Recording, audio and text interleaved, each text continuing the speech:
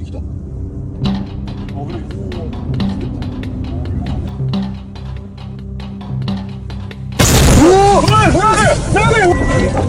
Hey y'all, I'm Jerry.Prater, veteran, trucker, and storyteller. Buckle up, cause today's ride comes with one hell of a tale. My name is Daniel Price.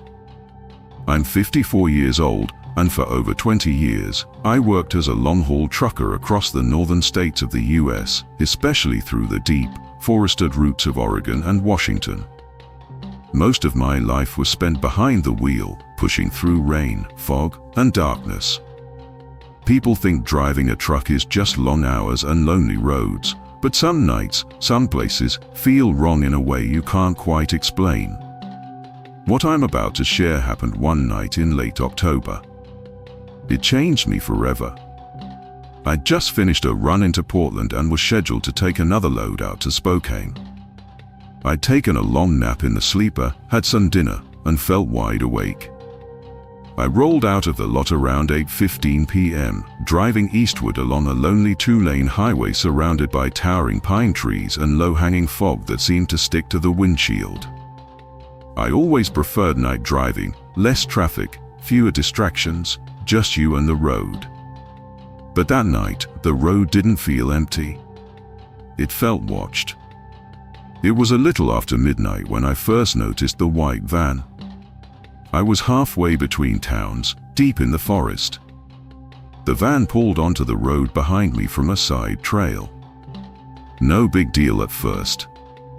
It happens. But the way it stuck behind me was unnerving. I gave it plenty of space to pass. I slowed down and even flicked my high beams to signal it could go around. Nothing. It stayed back, trailing me like a shadow. Mile after mile. That wasn't just rude driving. It was deliberate. I started to feel something else, something more than irritation. A pressure in my chest. Like I wasn't just being followed, but studied. I turned down the music. My hands were tight on the wheel. Every glance in the mirror showed the same thing, those two pale headlights, never gaining, never falling back. I needed a break. I spotted a tiny gas station marked by a flickering neon sign and pulled off. As I slowed down and turned in, I saw the van also leave the highway and stop just short of the lot, parked at an angle with the engine still running. It didn't move an inch farther. Inside the station, I poured some burnt coffee into a cup, made a few awkward attempts at conversation with the clerk, then used the restroom. When I walked out, the van was still there. Same spot. Same posture. Watching. I'm not a confrontational guy, but something in me snapped. Maybe it was fear pretending to be anger. I stomped toward the van and banged on the driver's window. "Hey, you got a problem?" No answer. The glass was blacked out. I tried again, harder. Nothing. Then the engine revved and the van lunged forward, missing me by a few inches before it sped off into the night. I stood there in the dust, my heart pounding in my ears. I didn't even notice my hand shaking until I climbed back into the cab. I sat there for a while, then smoked a cigarette to calm myself down. Maybe they were just messing with me. Teenagers. Drunks. Who knows? I convinced myself of that. But that illusion shattered 20 minutes later. As I crept deeper into the mountains, the road narrowed. Trees leaned in from both sides. The mist thickened. That's when the van returned. I didn't see it approach. It was just suddenly there again, trailing me. Lights low. Quiet. Patient. I tried to shake it. I accelerated, took curves too quickly, dipped off exits and re-entered. It never lost me. Then it moved up beside me. Our windows were nearly aligned. I turned, expecting to see someone, anyone, sat behind the wheel. But there was no driver. No figure. Just that dark, empty seat and a blank space where a face should have been. That's when it rammed me. Not hard, but enough to jolt my trailer. Enough to send my rig veering onto the shoulder.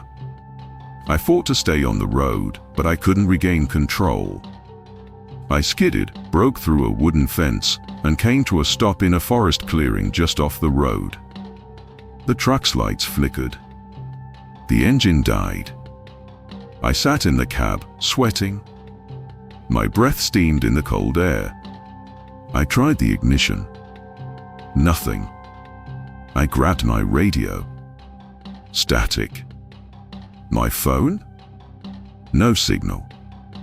I was cut off. And I wasn't alone. The soft crunch of tires on gravel reached my ears. I turned. The van was rolling into the clearing, slow, deliberate. Then it stopped about 20 feet behind me. Headlights off. Total blackness. I locked the doors, fumbled through the glove compartment for my folding knife, and waited. Every second passed like an hour. My pulse thundered in my ears. The tree seemed to lean closer. I thought about staying put. But I couldn't bear the tension. I needed answers. I needed to see. I grabbed my flashlight and stepped out into the cold. The silence was wrong. Not peaceful, but oppressive. Like the forest itself was holding its breath. I crept toward the van. The light shook in my hand. I called out, "Who are you?" No response. I stepped closer until I was at the driver's side window. I shined my light in. The front seats were empty. Filthy. The interior looked like it hadn't been used in years. Dust coated everything. The windshield was cracked. A thick layer of mold covered the dashboard. But the van had just chased me. I had heard the engine. Felt the impact. I opened the door. The hinges groaned. The smell hit me, rot, mildew, something else. Something worse. A smell I still can't name. I backed away, bile rising in my throat. Then I saw it. A figure standing near the front of my truck, just beyond the cone of light. It hadn't been there before. Tall. Thin. Human-shaped, but not. It didn't move. I called out again. My voice cracked. Still no answer. Then it lifted its arm and pointed. Not at me. At something behind it. Deeper in the woods. I didn't want to go. Every instinct screamed at me to run the other way. But I followed. My legs moved on their own. I stumbled through branches and uneven ground, the smell of decay growing stronger with every step. The figure never looked back. It simply walked. I followed until we reached a shallow clearing. It stopped. I stepped beside it, breathing hard, and aimed my flashlight downward. That's when I saw them. 3 bodies, half covered in pine needles and moss. Clothes torn. Flesh bloated. I staggered back. I looked up. The figure was gone. I ran. Back through the woods. Back to my truck. The van had vanished. I don't remember starting the engine, but when I turned the key, it roared to life. I drove until dawn. I don't remember most of the trip. I must have been in shock. When I reached the next major truck stop, 2 drivers who knew me rushed to help. I collapsed in their arms. The police were called. I told them what I'd seen. Where to find the bodies. Later, a detective showed up at my hotel room. He had a photo in his hand. "Is this the van you saw?" I nodded, too tired to speak. He told me it belonged to 3 college students who had gone missing 2 weeks prior. Aspiring journalists. They were heading to investigate a series of disappearances in rural Oregon. Their families hadn't heard from them since. He asked how I found them. I told him everything. He didn't write any of it down. Just thanked me, told me to get some rest. I never drove that route again. To this day, I don't understand why I was chosen to find them. Why that thing let me go. Maybe it was mercy. Or maybe something else. Every time I look in the mirror and see a pair of headlights too close, I wonder. Is it back? Is it waiting? My name is Carl Matthews. I'm 68 years old now, retired and living quietly in a small town in Idaho. But about 10 years ago, I was still on the road, hauling lumber and raw materials through the Appalachian Mountains. Most of my career was long-haul trucking, and I'd seen more strange things at night on back roads than I could ever explain. But one night, one encounter, still haunts me. It was the kind of horror you never expect, even after decades on the road. It happened on a cold, quiet night in late October. The Smoky Mountains were covered in fog, curling down the hills like the fingers of something ancient. I was running a solo route from Knoxville, Tennessee, to Asheville, North Carolina. 10 hours in, I was well into the mountain stretch, with only the steady hum of tires and the low drone of the radio keeping me company. Around midnight, I saw something unusual. Up ahead near mile marker 197, a man stood on the shoulder, waving. His movements were slow, tired. That wasn't too strange. Sometimes you come across broken-down hunters, hikers, or locals. I pulled over. He looked around 60. Tall, thin, and hollow-eyed, wearing an old brown jacket caked with dirt. His jeans were torn at the knees, boots scuffed. He didn't carry a bag or flashlight. I rolled down the window. "Need a lift?" I asked. He nodded, then muttered that his truck broke down about a mile ahead. I unlocked the door, and he climbed in silently. From the moment he sat down, something shifted. The air in the cab turned cold, despite the heater. Not like a draft, but like the temperature had dropped 20 degrees. I tried to ignore it. "Where you headed?" I asked. No response. "You drive for someone local?" Still silence. He stared forward, unblinking. I felt a chill rise in my spine. His hands were resting on his knees, but they were stiff, almost unnatural. Like he didn't know what to do with them. I turned the radio off. We passed 1 mile, then 2. No sign of a truck. No hazard lights, no tire marks, nothing. Just winding asphalt and fog. I cleared my throat. "You sure your rig's up ahead?" He slowly lifted one hand and pointed forward. Just a gesture. No words. My chest began to tighten. The road ahead felt unfamiliar even though I'd driven it dozens of times. The trees pressed in, branches arching like claws. I felt something in the pit of my stomach, not just anxiety, but dread. Like something was wrong with reality itself. That's when I noticed the sign. Mile marker 197. Again. I slammed on the brakes. There was no way. I had been driving straight. No turns. No loops. But we were back where we started. My breath turned shallow. I could feel my heartbeat in my ears. "This is where I picked you up," I said, my voice cracking. "We haven't gone anywhere." Still, the man didn't move.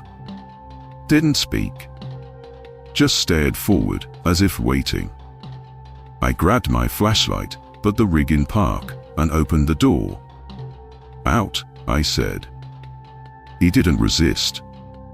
He stepped out without a sound and walked slowly toward the tree line, disappearing into the fog. I didn't even hear his footsteps. I stayed frozen in my seat, gripping the wheel until my knuckles were white. I kept telling myself I was tired. That stress was playing tricks on me. But then another truck pulled in front of mine. A man stepped down and approached my cab. "You okay?" he asked. I told him what happened, trying to keep my voice steady. When I mentioned the man I picked up, his expression changed. "You saw him too?" I stared at him, confused. He explained that the hitchhiker was no stranger to that stretch of road. Years ago, a driver crashed in a snowstorm near mile marker 197. His body was never found. But soon after, drivers started reporting a silent man asking for a ride. Most never came back. "My buddy," the driver said, voice low, "picked him up last winter. Told me over the CB. Said he was giving a guy a lift who looked beat up. That was the last time anyone heard from him." I couldn't speak. My throat was tight. My hand shook. "You're lucky," he said. "Maybe it wasn't your time." I barely remember the rest of the night. I drove straight through to Asheville, chain smoking and praying the fog wouldn't return. For weeks, I couldn't sleep. I kept waking up at 2 or 3 a.m., heart racing, convinced I'd see him at the foot of my bed. I'd jump at the sound of wind brushing against my window. That feeling of being watched clung to me. Even now, I don't drive near that part of the highway. I take the long way around. Sometimes I wonder why he let me go. Was it a mistake? A mercy? Or did he mark me for something else? I can still see him in my mind. Silent. Pale. Waiting in the fog with eyes that didn't blink. One day, I know I'll see mile marker 197 again. And maybe next time, he won't let me go. Rural Demon Encounter. My name is Walter Briggs. I'm 63 now, long retired from trucking, but this memory never let go of me. It happened just a few months before I left the road for good. My buddy, Hank, and I were hauling timber through the backwoods of rural Kentucky, working the night shift to avoid traffic and beat the heat. It was close to 3 a.m., and I was getting drowsy behind the wheel. We were somewhere deep in the Daniel Boone National Forest, barely any lights for miles. The stars were bright overhead, but the forest around us was thick and black. I told Hank I needed to rest and asked if he could take over.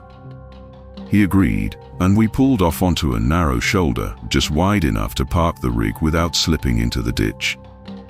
As I settled into the sleeper cab, Hank climbed into the driver's seat and started the rig back up.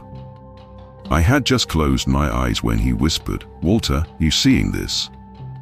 I groaned, thinking he was just trying to mess with me. "What is it?" I mumbled, pulling the curtain aside. And that's when I saw it. Something was walking toward our truck. It moved upright, on two legs, but it wasn't human. Not by a long shot. The thing was enormous, at least 7 feet tall, thick-bodied like a bull, but standing like a man. It moved slowly, deliberately, as if it knew we were watching. Its shape was just clear enough in the moonlight to see horns curled above its massive head, and its eyes, they glowed. Not red, not yellow, just a pale, sickly white, like milk gone sour. "What the hell is that?" Hank whispered. I couldn't answer. My throat was too dry. "We need to go," I said, trying to keep calm. "Start the truck. Let's get the hell out of here." He tried. The wheel spun in place. We were stuck. The forest floor had softened after a week of rain, and the shoulder was muddy as hell. I watched, helpless, as the creature came closer.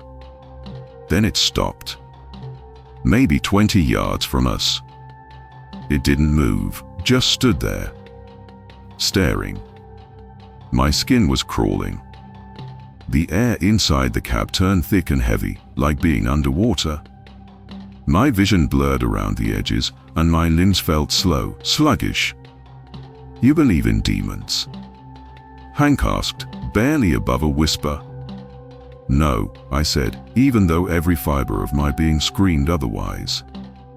"My grandfather used to tell me," he continued, "if you ever see something in the woods walking like a man but built like a beast, don't engage it. Don't speak to it. Don't look it in the eye. And for God's sake, don't get out." We were both panicking by now. The thing hadn't moved for a full minute, and the tension in the air was unbearable. I thought maybe I could hop out, throw some branches or get something under the tires. But Hank grabbed my arm. "Don't," he said. "That's what it wants. It's waiting." There was no logic left. Only fear. My knuckles turned white on the edge of the curtain. "Then what do we do?" I asked. He reached up and grabbed a small wooden crucifix that hung from the dash, a gift from his wife years ago. "We pray." I wasn't a religious man, but in that moment, I followed his lead. We both started whispering the Lord's Prayer over and over. Hank clutched the cross to his chest, his voice trembling. Mine cracked with every line. As we prayed, the creature tilted its head. Then it let out a sound I will never forget. It wasn't a growl or a howl, it was a scream. High-pitched, distorted, like something tearing apart from the inside. I covered my ears, but the sound pressed into my skull like ice water. Then, just as suddenly, it stepped backward. One slow foot at a time. Watching us the whole time. It backed into the trees and disappeared. Gone. The silence afterward was worse than the scream. Hank didn't wait. He jumped out, checked the wheels, and shouted directions as I tried again. The engine grumbled, the tires spun, then caught. We lurched back onto the road. We didn't stop until we hit the next town, 30 miles away. Even now, years later, I can't explain what we saw. But I know it was real. It left a mark on me. I avoid night drives. I keep a cross in my glove box. I still wake up sweating, dreaming of pale glowing eyes. That was the last time Hank and I ever drove that route. And we never spoke of that night again.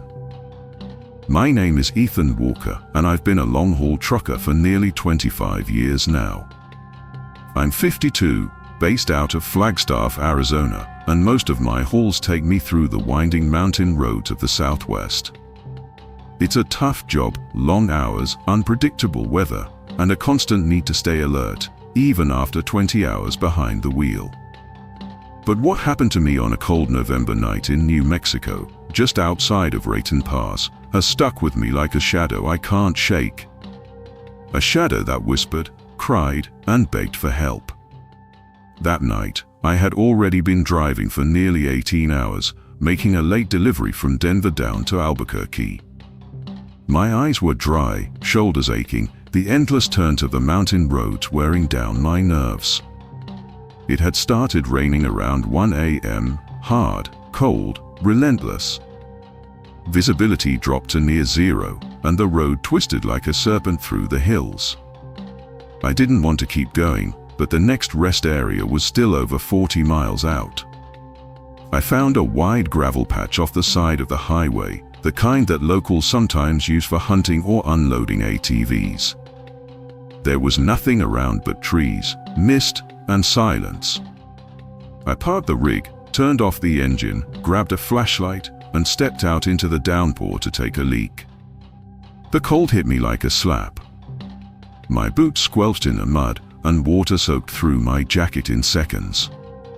After relieving myself, I jogged back to the truck, eager to dry off and catch an hour of sleep before heading out again. But something was off. The passenger side door was slightly ajar. The interior light was on, and on the step leading into the cabin, I saw muddy footprints, small, like a man's, but deep, like someone had climbed in recently. I froze, heart pounding. I knew I had locked both doors. My first thought was, someone's in there. I climbed the steps slowly, opened the door just enough to peek inside with my flashlight, and whispered, "Hey, who the hell's in my truck?" No answer. Only the wet hiss of rain and the hum of trees swaying in the wind. I reached for the curtain that separates the sleeping area behind the seats and pulled it back, fast, bracing for a fight. But there was no one. No sign of a person. No movement. Only the faint sound of rain on metal. And then, something else. A man's voice, barely louder than the storm, coming from right behind me, from the bunk. It said, "Please help her. Please help my baby." I spun around. No one. My blood turned to ice. I scanned the bunk again, and that's when I saw it. In the far corner of the sleeping area, half tucked beneath a blanket, was a baby carrier. Old. Cracked. Covered in dried mud and blades of grass. It looked like it had been pulled from a grave. Something about it, its stillness, its presence, filled me with a dread I'd never known. I reached for it with trembling hands and tossed it out of the truck onto the wet ground. I slammed the passenger door shut, jumped into the driver's seat, and started the engine. Screw sleeping. I wanted out of there. As I turned to pull out of the gravel patch, my wheels bumped against something solid. I stopped, reversed, and stepped out to see what I had hit. 3 large cement crosses lay on the edge of the clearing, half buried in moss and mud. 2 of them had been cracked by my truck. I walked forward, flashlight beam shaking in my grip, and saw what I had disturbed. A small memorial, the kind families leave for loved ones who died on the road. There was a plaque. It read, "In loving memory, the Benson family. Rest in peace." Below the names were 3 faces in an old, framed photo. A man, a woman, and a baby girl in a pink bonnet. That's when it hit me. The voice. The baby carrier. The footprints. He wasn't asking for help for himself. He wanted someone to help his daughter. I collapsed to my knees right there in the mud and cried. Not just from fear, but because my wife back home was 7 months pregnant. I kept imagining what kind of pain could bind a soul to this world, even in death. What kind of father would still beg for help long after he was gone? I drove out of there, shaken, my mind spiraling between grief and confusion. I told myself I'd never take that route again. But sometimes, fate doesn't care what you tell yourself. 3 weeks later, I was driving another route, this time through northern Arizona, near Holbrook. It was dusk, and I was trying to make it to a diner before closing time. I hadn't thought about that night in New Mexico for days. Until I saw it again. That same baby carrier. Sitting in the middle of the road. This time, there was no mistaking it. Same broken handle. Same faded sticker peeling off the side. I slammed the brakes and skidded to a stop. The carrier didn't move. I opened the door and stepped out. The air was warm. Still. And absolutely silent. No wind. No insects. Not even the sound of cars in the distance. I took a step closer, and my radio suddenly crackled to life, even though I hadn't turned it on. through the static, I heard the same voice. She's still out there. Don't leave her. The static died. The baby carrier was gone. I stared at the empty road, heart hammering, sweat pouring down my back. I don't know what it means. I don't know if it's grief or exhaustion or some unspoken connection between the living and the dead. But since that night, I've stopped parking in empty clearings. I never leave my doors unlocked. And sometimes, when the wind hits just right and the road stretches empty before me, I hear that voice again. Still asking for help. Still begging. Still searching. These for trucker horror stories echo one chilling truth: when we ignore signs, be it fatigue, unease, or our intuition, we risk losing more than just control. Each tale reminds us that solitude, stress, and emotional weight can open doors to darkness, both literal and psychological. In everyday life, listen to your instincts. Rest when you're exhausted. Acknowledge emotional pain instead of burying it. Don't dismiss subtle warnings, even if they seem irrational. And above all, stay present. In our rush to meet deadlines or escape discomfort, we may drive past the very signs meant to save us from others and from ourselves. Thank you so much for watching this video. I invite you to subscribe for more terrifying content. Give the video a like and share it with your friends. There's a lot more horror coming your way. Help me spread the fear. I'm JerryPrater. Until next time.